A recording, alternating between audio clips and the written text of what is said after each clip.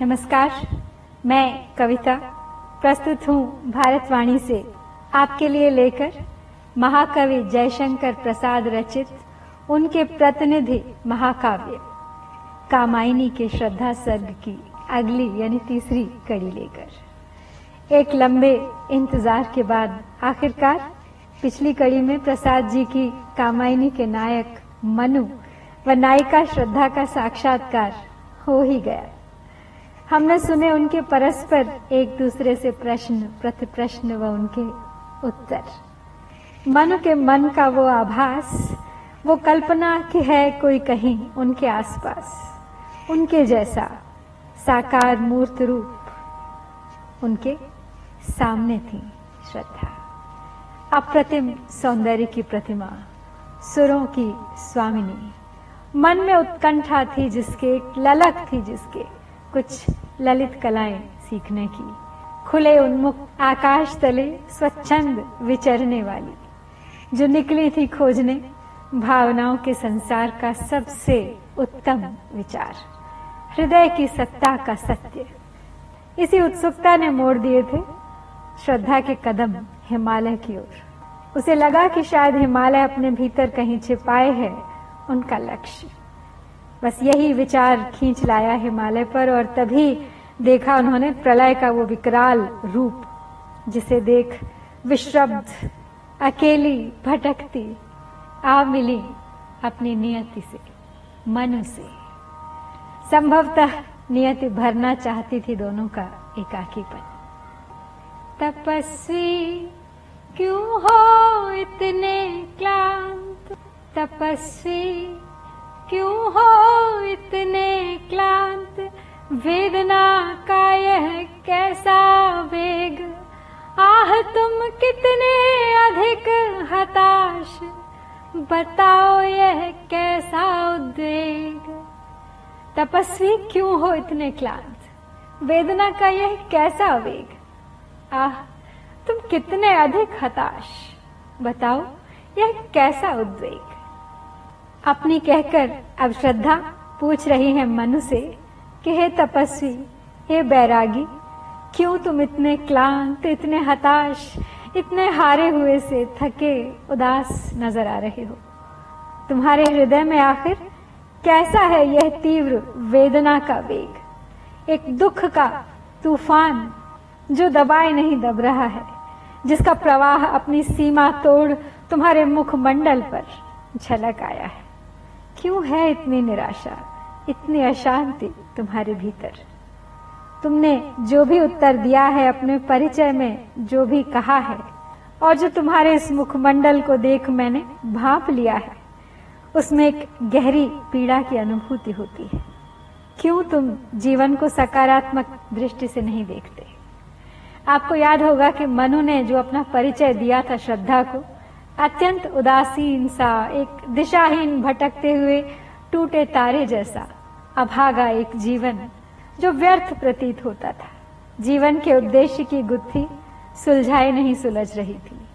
स्वयं को एक उजड़े साम्राज्य जैसा महसूस कर रहे थे, जहां अब केवल सन्नाटा था। भूली हुई यादों के एक स्तूप सा, समय की उन कभी न बीतने वाली लंबी घड़ियों के समान, जो अनिश्चित काल के लिए टालती जा रही थी उनके कर्म का, उनके तप का फल। हृदय में क्या है नहीं अधीर, लालसा की निशेष कर रहा वंचित, कहीं ना त्याग तुम्हें मन में धर सुंदर वेश। हृदय में क्या है नहीं अधीर, लालसा की निशेष कर रहा वंचित, कहीं न त्याग तुम्हें मन में धर सुंदर वेश। फिर पूछती है श्रद्धा, क्यों है यह अधीरता, ये बेचैनी तुम्हारे हृदय में? तुम तो तपस्वी हो।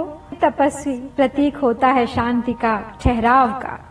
क्यों इतना विमुख हो रहे हो जीवन से, जैसे जीने की इच्छा ही शेष न हो? यद्यपि तपस्वी को जीवन का, कर्म फल का, ऐश्वर्य का कोई मोह नहीं होता, लेकिन एक आध्यात्म का सकारात्मक मार्ग उसके समक्ष होता है। अवश्य तुम्हारे भीतर एक विरोधाभास है। मन और बुद्धि एक साथ नहीं है।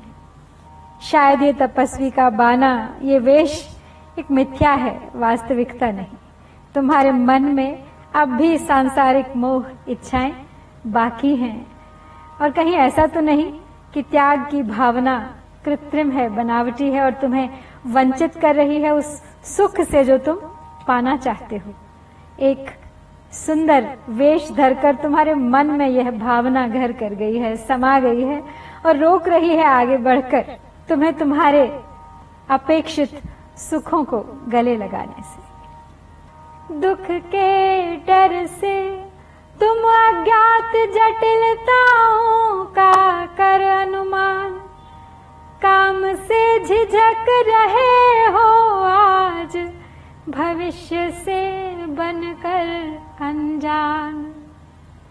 दुख के डर से तुम अज्ञात जटिलताओं का कर अनुमान, काम से झिझक रहे हो आज, भविष्य से बनकर अनजान। तुम शायद डर रहे हो उन अनजानी अज्ञात जटिलताओं से, मुश्किलों से, मुसीबतों से, जिनकी मन ही मन तुम कल्पना कर रहे हो, जो कर्तव्य से विमुख कर रही है तुम्हें, कर्म क्षेत्र में उतरने से रोक रही है तुम्हें। बिना जाने कि भविष्य क्या क्या संजोए है तुम्हारे लिए, तुम उन सुंदर संभावनाओं को नकार रहे हो। कुछ खो देने की आशंका से शायद तुम कुछ पाना ही नहीं चाहते। कर रही लीला मैं आनंद, महाचित सजग हुई सी व्यक्त, विश्व का उन्मीलन अभिराम, इसी में सब होते अनुरक्त। कर रही लीलामय आनंद, महाचित सजग हुई सी व्यक्त, विश्व का उन्मीलन अभिराम, इसी में सब होते अनुरक्त। कहते हैं श्रद्धा मनुष्य कि क्यों डूबे हो निराशा के अंधकार में, जरा देखो सिर उठाकर चारों ओर इस सृष्टि को। ये कुछ और नहीं, स्वयं महाचिति यानी महाशक्ति के विभिन्न रूप हैं, जो परम ब्रह्म की लीलामय सदाशिव सच्चिदानंद की क्रियात्मिका शक्ति का प्रसाद है, जो कभी नहीं रुकता। महाशक्ति की यह रचना आनंदित कर रही है संपूर्ण विश्व को, और अपनी लीलाएं क्रीड़ाएं दिखाकर अपनी रची इस अभिराम सुंदर माया से ही प्रेरित हो वो कर्तव्य में जुटी रहती है निरंतर। और तुम तो एक छोटी सी रचना हो उस महाचित की, तो तुम कैसे मुंह मोड़ सकते हो अपने कर्म से। कर्म ही प्रेरणा है ईश्वर की भी, इसी से सबका प्रभाव है और इसी में सबकी अनुरक्ति। इससे विमुख होना तो मरणासन्न होने के समान है।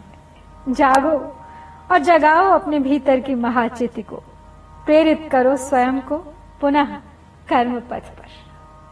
काम मंगल से मंडित श्रेय, सर्ग इच्छा का है परिणाम, तिरस्कृत कर उसको तुम भूल, बनाते हो असफल भवधाम। काम मंगल से मंडित श्रेय, सर्ग इच्छा का है परिणाम, तिरस्कृत कर उसको तुम भूल, बनाते हो असफल भवधाम। काम मंगल अर्थात शुभ कर्म प्राणियों के कल्याणकारी प्रयत्नों से सुशोभित है, मंडित है इस विश्व का अस्तित्व, और उसी कर्म चक्र के कारण है जो निरंतर चलता रहता है बिना रुके, और यह सब श्रेय सर्ग इच्छा को जाता है। सर्ग इच्छा अर्थात लोक सृष्टि की, प्रकृति की रचना के उद्गम का मूल। परम ब्रह्म सृष्टा ने, महाचित की इच्छा शक्ति ने जैसा चाहा वैसा रचा सृष्टि को, और यही इच्छा शक्ति प्राणियों को भी दी, जिससे वो अपने जीवन को अपनी इच्छा अनुसार सजा संवार सकें, संवर्धित कर सकें, सुसंस्कृत आनंदमय कर सकें। और उस इच्छा शक्ति को तिरस्कृत कर तुम बहुत बड़ी भूल कर रहे हो।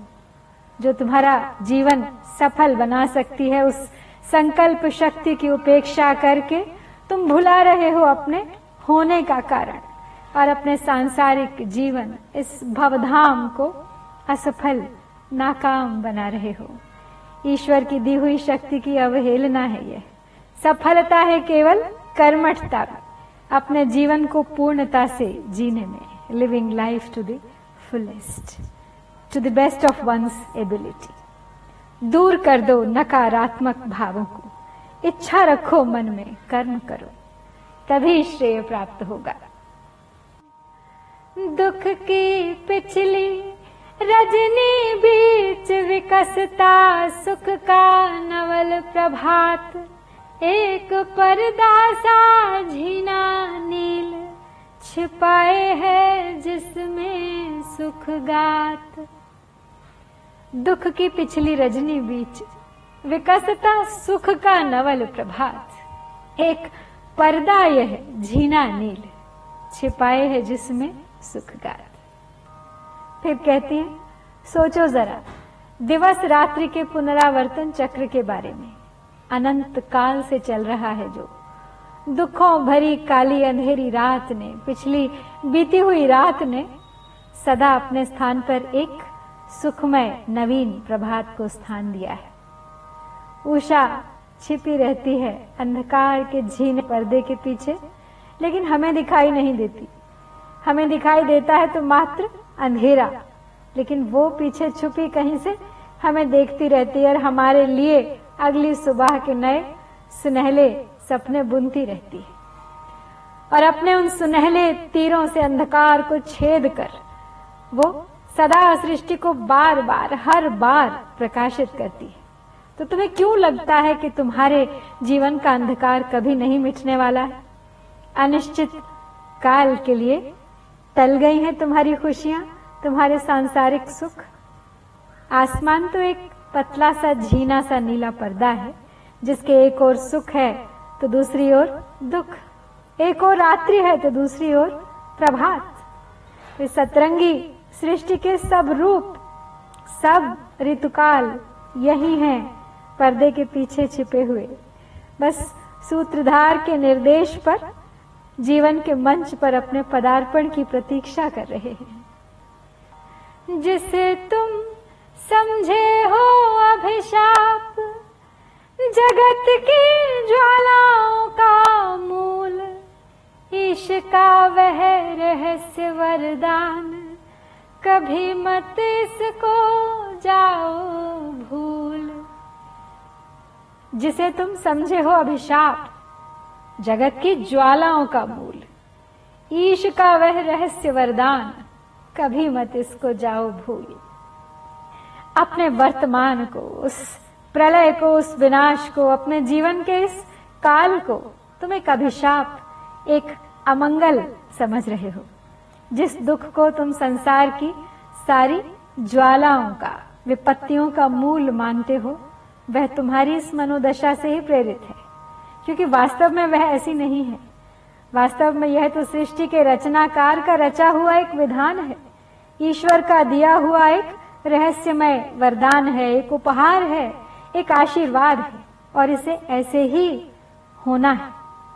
सुख दुख के परस्पर मेल मिलाप में तुम व्यर्थ अपना संतुलन और धैर्य खो रहे हो।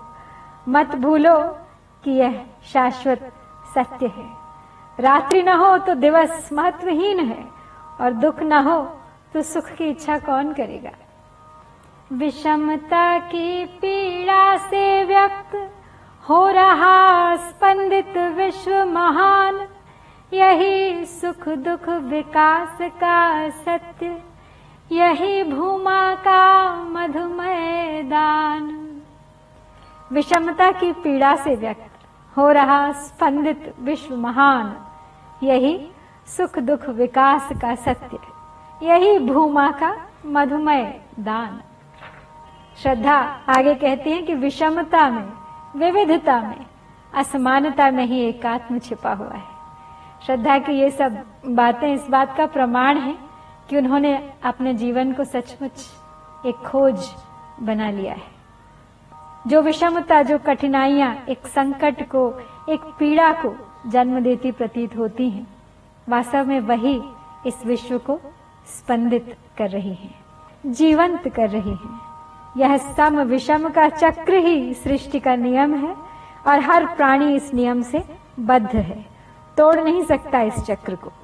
यही सुख दुख का प्रत्यावर्तन विकास का आधार है, उन्नति का मूल कारण है, भूमा का मधुमय दान है यह, यानी महाचित्त का ईश्वरीय सृजनात्मक शक्ति का एक मीठा अमृतमय वरदान है। यह जीवन को मधुरिमा से आनंद से भर देता है, स्रोत है नव निर्माण का, नवीन कल्पनाओं का। नित्य समरसता का अधिकार उमड़ता कारण जलधि समान, व्यथा से नीली लहरों बीच बिखरते सुख मणिगण द्युतिमान। नित्य समरसता का अधिकार उमड़ता कारण जलधि समान, व्यथा से नीली लहरों बीच बिखरते सुख मणिगण द्युतिमान। नित्य समरसता का यानी सदा सुखी रहने का, समृद्धिशाली आनंदमय जीवन का अधिकार है हर प्राणी को इस सृष्टि में, और यही इच्छा उसे कर्म की ओर, संघर्ष की ओर प्रेरित करती रहती है, पुरुषार्थ की ओर प्रेरित करती है। उसका जीवन गरजते हुंकारते शांत समुद्र में उथल पुथल मचा देने वाली लहरों के समान हो जाता है।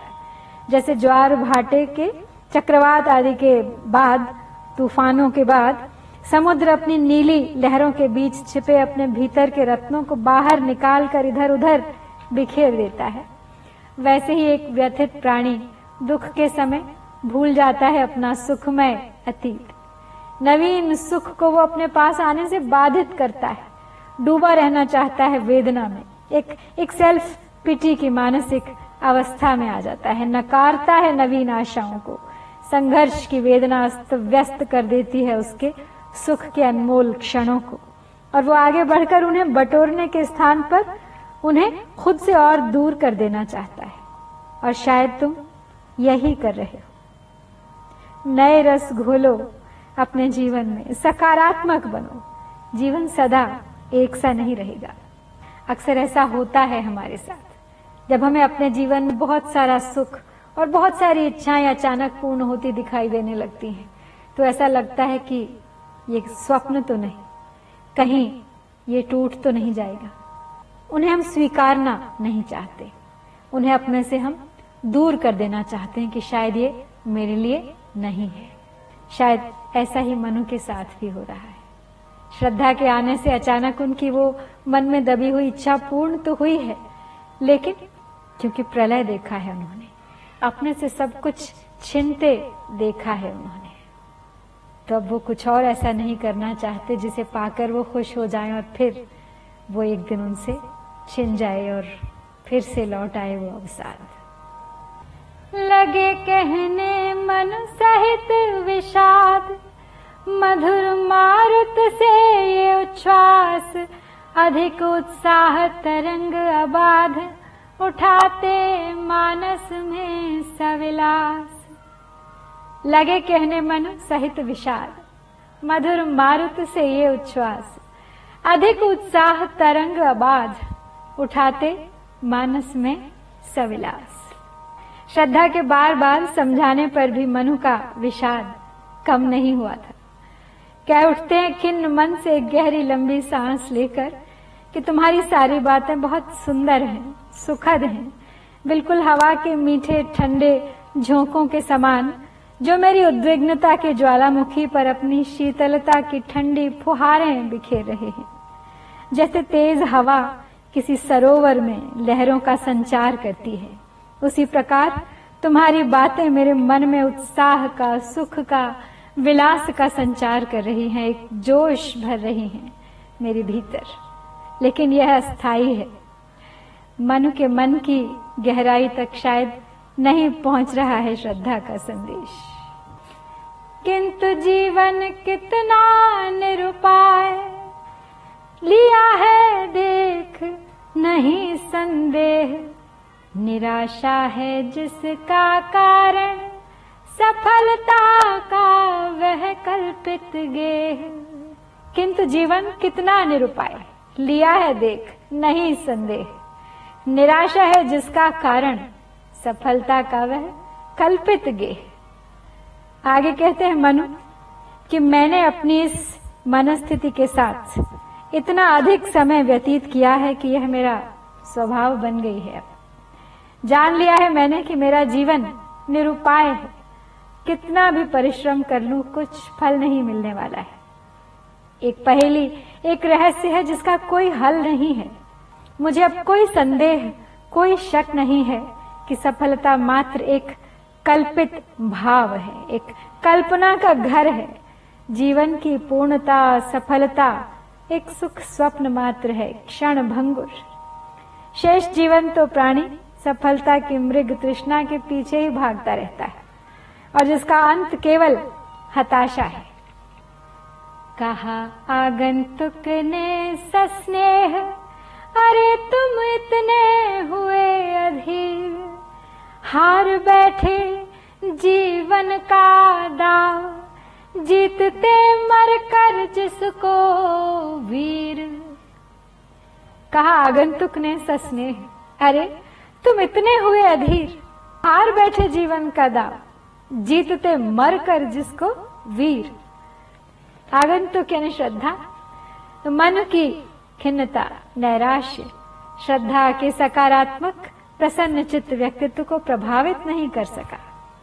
श्रद्धा ने पुनः अपनी प्रेममयी वाणी में मनु से कहा, अरे तुम क्यों इतने अधीर हो रहे हो, इतनी बेचैनी किस लिए?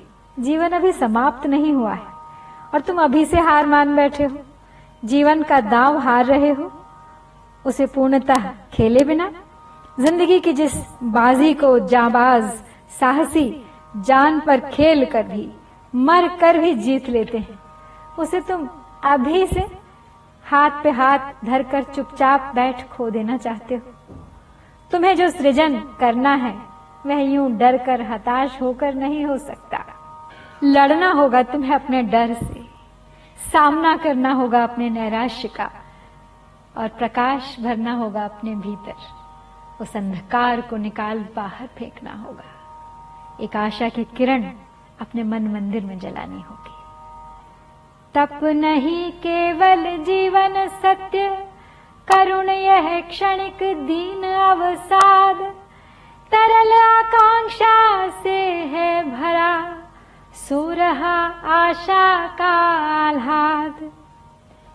तप नहीं केवल जीवन सत्य, करुण यह क्षणिक दीन अवसाद, तरल आकांक्षा से है भरा, सो रहा आशा का आह्लाद। हे तपस्वी, केवल तप, त्याग, संयम और वैराग्य ही जीवन का सत्य नहीं है। जीवन की वास्तविकता केवल इच्छाओं पर, इंद्रियों पर काबू पाने में नहीं है। ये जो तुम्हारा मन इतनी दीनता से, इतने खालीपन के अभाव से, अवसाद से, दुख से भरा हुआ है, वास्तव में यह स्थिति करुण है, अस्थायी है, शोचनीय है। यह उदासीनता का भाव अत्यंत तुच्छ है, नकारात्मक है, इसे त्यागना होगा। जो हृदय तुम्हारा कभी हिमशैल सा ठंडा, ठोस, कठोर था, आज वो तरल आकांक्षाओं से भर चुका है। जीवन की इच्छाओं से युक्त आह्लाद का, आशाओं का, प्रसन्नता का सागर तुम्हारे भीतर कहीं दबा हुआ है, सुषुप्त है, सो रहा है। आवश्यकता है एक ज्वार की, एक उफान की इस सागर को, जो तुम्हारी इस वेदना के जल को, दुख के आंसुओं को निकाल बाहर कर उनका स्थान ले ले। आंखों से बस छलके तो केवल आशा, केवल प्रसन्नता के आंसू। प्रकृति के यौवन का श्रृंगार करेंगे कभी न बासी फूल, मिलेंगे वे जाकर अति शीघ्र, आह उत्सुक है उनकी धूल। प्रकृति के यौवन का श्रृंगार करेंगे कभी न बासी फूल, मिलेंगे वे जाकर अति शीघ्र, आह उत्सुक है उनकी धूल। आगे कहती है श्रद्धा कि प्रकृति नव निर्माण के लिए, अपने स्वरूप में नूतनता लाने के लिए सदा प्रयत्नरत रहती है, सजती संवरती रहती है, हर ऋतु के साथ एक नया श्रृंगार करती है। कभी नहीं सजाती अपनी सुंदरता को, अपनी वेणी को मुरझाए बासी फूलों से। सभी पुराने बासी फूलों की नियत है उसी मिट्टी में फिर मिल जाना जहां वो कभी जन्मे थे, फूले फले थे। वो मिट्टी, वो धूल उत्सुक है, लालायित है उन्हें समेटने के लिए, अपने आप में फिर समा लेने के लिए। पुरातनता का यह निर्मोक सहन करती न प्रकृति पल एक, नित्य नूतनता का आनंद किए है परिवर्तन में टेक। पुरातनता का यह निर्मोक सहन करती न प्रकृति पल एक, नित्य नूतनता का आनंद किए है परिवर्तन में टेक। पुरातनता का पुराना बाना, निर्मोक यानी पुरानी केंचुली कभी सहन नहीं करती प्रकृति, कभी दोबारा नहीं पहनती, क्षण भर को भी पुरानापन बर्दाश्त नहीं है उसे। नूतनता, नव जीवन में ही उसके प्राण हैं। जैसे सांप उतार फेंकता है अपनी पुरानी केंचुली, प्रकृति भी मौसम बदलते ही नया चोला धारण कर लेती है। बदलाव में, परिवर्तन में ही छिपी है सारी खुशियां, सारा आनंद। सीखना होगा स्वयं प्रकृति से, जिसकी रचना है हम, उसके नियम ही हमारे नियम हैं। गढ़े मुर्दे उखाड़ना, बीती बातों पर विलाप करना उसका स्वभाव नहीं, उसका स्वभाव परिवर्तन है। आज में जियो, जिससे वर्तमान सजग साकार हो जाए। इस पल में जियो जिससे भविष्य सुंदर आशापूर्ण हो जाए। युगों की चट्टानों पर सृष्टि डाल पद चिन्ह चली गंभीर, देव गंधर्व असुर की पंक्ति अनुसरण करती उसे अधीर, अनुसरण करती उसे अधीर। युगों की चट्टानों पर सृष्टि डाल पद चिन्ह चली गंभीर, देव गंधर्व असुर की पंक्ति अनुसरण करती उसे अधीर। युगों युगों से इस सृष्टि ने अनेकों परिवर्तन देखे। समय की शिलाओं पर अनेकों चित्र अंकित हैं, पद चिन्ह हैं देवों के, गंधर्वों के, असुरों के, राक्षसों के, अनेकों अन्य जातियों के, जिन्होंने सृष्टि के नियमों का अनुसरण किया। अपनी अधीरता में, अपनी कठिनाइयों में, अपनी विवशता में भी वो सांसारिक नियमों के, सृष्टि के विधान के अनुसार जीती मरती रही। तो तुम कोई अपवाद नहीं हो, एक्सेप्शन नहीं हो। जीवन को पूरी तन्मयता से जीना ही तुम्हारी भी नियति है, और जीवन ही जीवन का श्रेय है। जीवन में सफलता, समृद्धि, सुख दुख आते जाते रहते हैं, परंतु जीवन का कर्मशील बने रहना ही सर्वोपरि लक्ष्य है। प्रकृति की खींची उस लकीर पे हमें चलना होगा, आगे बढ़ना होगा। अभी से तुम अंत की कल्पना कर रहे हो, जबकि ये शायद आरंभ है तुम्हारे जीवन का। श्रद्धा हर संभव प्रयत्न कर रही है मनु के भीतर जीवन की आशा जगाने का। एक उत्साह, एक उल्लास भरने की कोशिश कर रही हैं बार बार। और भी बहुत कुछ कहना है उन्हें मनु की निराशात्मक जिद्दी मानसिकता से, तो सुनेंगे वो सब अगली कड़ी में। तब तक के लिए आपसे विदा लेती हूँ। प्रतीक्षा कीजिएगा और बने रहिए मेरे साथ इस यात्रा में अंत तक। लेकिन उससे पहले आइए एक बार हमेशा की तरह दोहरा लेते हैं आज के पढ़े हुए सभी पद। तपस्वी क्यों हो इतने क्लांत, वेदना का यह कैसा वेग, आह तुम कितने अधिक हताश, बताओ यह कैसा उद्वेग।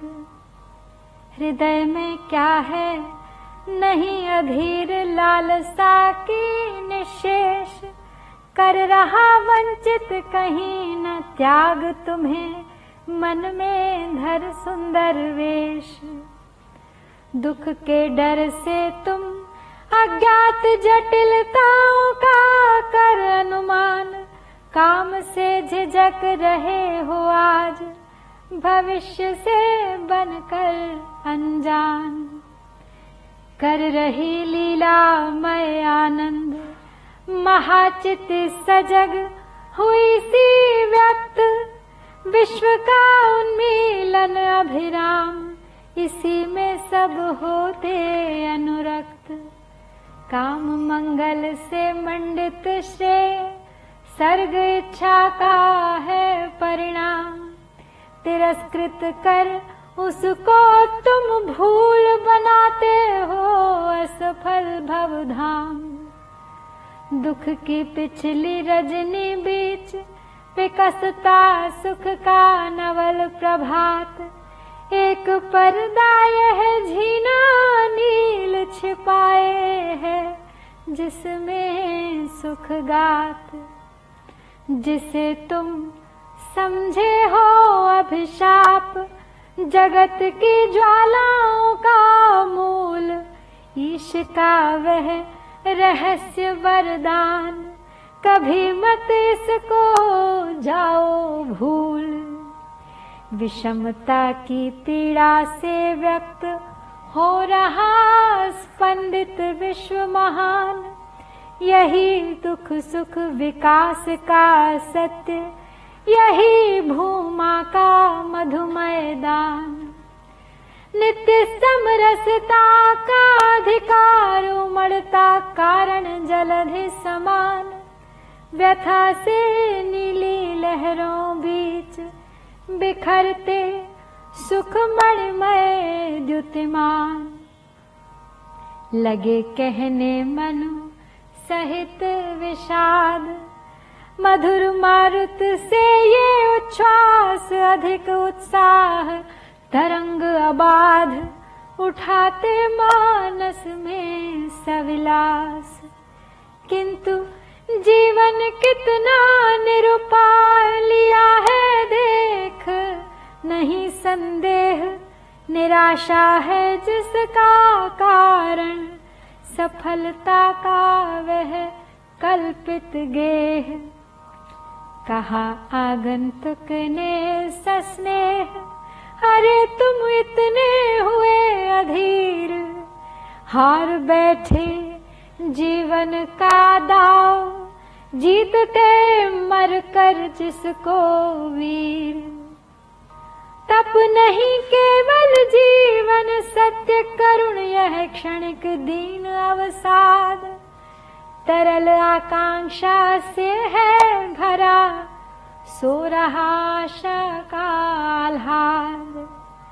प्रकृति के यौवन का श्रृंगार, करेंगे कभी न बासी फूल। मिलेंगे वे जाकर अति शीघ्र, आह उत्सुक है उनकी धूल। पुरातनता का यह निर्मोक, सहन करती न प्रकृति पल एक। नित्य नूतनता का आनंद, किए है परिवर्तन में टेक। युगों की चट्टानों पर सृष्टि डाल, पद चिन्ह चली गंभीर।